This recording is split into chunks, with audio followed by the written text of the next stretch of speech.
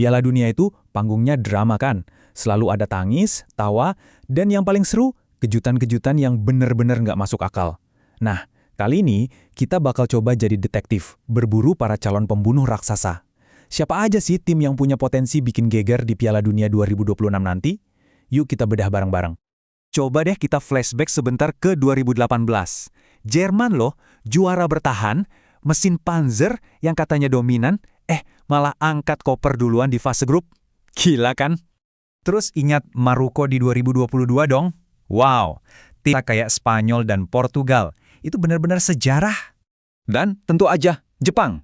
Mereka kejebak di grup neraka. Ada Jerman sama Spanyol di situ. Tapi apa yang terjadi? Dua-duanya dikalahin. Itu bukan hoki lagi namanya. Itu udah jadi pola.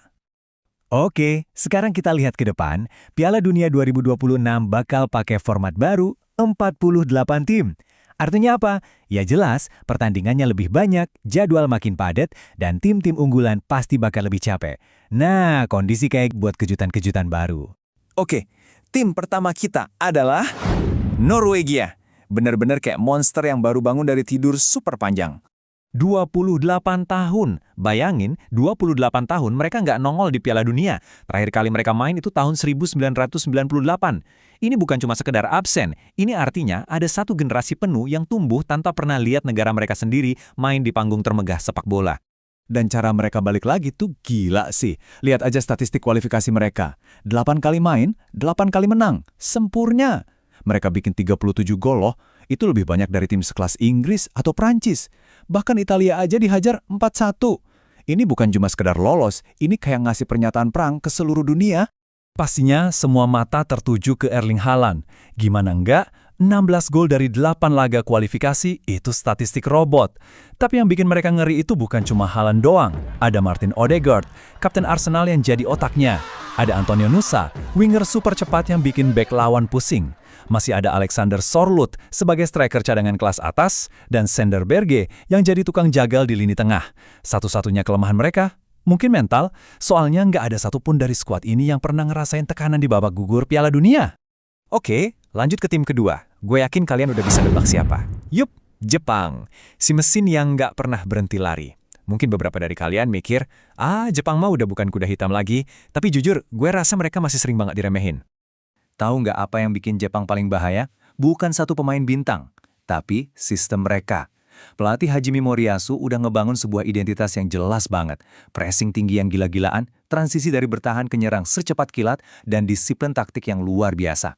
Coba aja matiin satu pemain mereka, gue jamin bakal muncul 3 pemain lain entah dari mana. Dan para pemainnya sekarang jauh lebih matang. Ada Takefusa Kubo yang main di La Liga, Ayo Tanaka di Bundesliga, Ritsu Doan juga di sana, dan pastinya Wataru Endo yang udah kebal sama intensitas Premier League bareng Liverpool. Mereka ini ditempa di level tertinggi Eropa setiap minggunya. Kelemahan paling nyata mereka cuma satu, finishing. Sering banget mereka bikin banyak peluang, tapi pas eksekusi akhir kadang suka kurang tenang. Nah, tim ketiga, ini dia jagoan gue yang paling under the radar, Ekuador. Tim yang kelihatannya kalem, tapi sebenarnya mematikan banget. Sini, gue kasih satu statistik yang bikin gue melongo. Selama 18 pertandingan kualifikasi CONMEBOL, zona kualifikasi paling brutal di dunia yang isinya ada Brazil, Argentina, Uruguay, mereka cuma kebobolan 5 gol. Gue ulangin ya, 5. Di zona yang isinya monster kayak Messi, Vinicius Junior, dan Luis Diaz. Ini gila banget, sumpah. Kok bisa sekuat itu? Ya lihat aja benteng pertahanan mereka. Di tengah ada Moises Caicedo dari Chelsea. Di belakangnya ada Piero Hincapié dari Arsenal, Willian Pacho dari PSG, dan Joel Ordóñez yang lagi jadi rebutan klub-klub top Eropa. Ini bukan lini pertahanan biasa, ini tembok pertahanan level Liga Champions. Gaya main mereka tuh pragmatis banget, tapi efektif. Mereka bakal bikin blok pertahanan yang super rapat, nunggu lawannya frustrasi dan bikin salah, terus, serangan balik cepat. Buat mereka, menang 1-0 itu udah cukup. Kelemahan terbesarnya? Jelas, lini depan. Mereka emang nggak banyak bikin gol. Tapi ingat, di turnamen sistem gugur, pertahanan skuad ini bisa ngebawa mereka jauh banget. Dan tim terakhir, ini nih, yang paling kontroversial dari semua pilihan gue. Turki, si wildcard paling gila di turnamen nanti. Gue tahu, masalah utama Turki itu konsistensi. Mereka bisa main jenius di satu pertandingan, ngalahin tim kuat, besoknya bisa kalah telak sama tim yang biasa aja. Tapi penampilan mereka di Euro 2024 kemarin, pas nembus perempat final, itu kayak sinyal kalau ada sesuatu yang lagi berubah. Dan perubahan itu punya nama.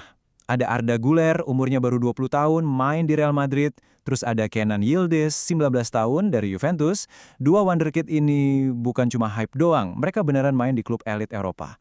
Dan yang ngomong mereka di lapangan, Sang Jenderal Hakan Çalhanoğlu, Kapten Inter Milan. Kombinasi anak muda berbakat sama senior berpengalaman ini bahaya banget. Kelemahan terbesar Turki, ya Turki itu sendiri. Mental mereka yang kadang naik turun, itu bisa jadi musuh terbesar mereka. Nah, itu dia, 4 tim kuda hitam pilihan gue buat Piala Dunia 2026. Masing-masing punya senjata rahasia dan gaya mainnya sendiri. Jadi kita punya Norwegia, si monster yang balik lagi dengan rasa lapar yang luar biasa. Terus ada Jepang, si mesin presisi yang makin matang dan bahaya. Ekuador, si tembok beton yang bisa bikin tim manapun frustasi. Dan terakhir Turki, sang wildcard dengan 2 pemain muda yang siap meledak kapan aja. Tapi ya, pada akhirnya, namanya juga sepak bola. Prediksi seringkali cuma jadi hiasan kan? Justru di situ serunya. Nah, sekarang giliran kalian. Dari 4 tim tadi, siapa yang paling kalian jagoin buat bikin kejutan? Atau mungkin kalian punya jagoan kuda hitam lain? Langsung aja tulis di kolom komentar ya. Kita diskusi di sana. Sampai ketemu lagi.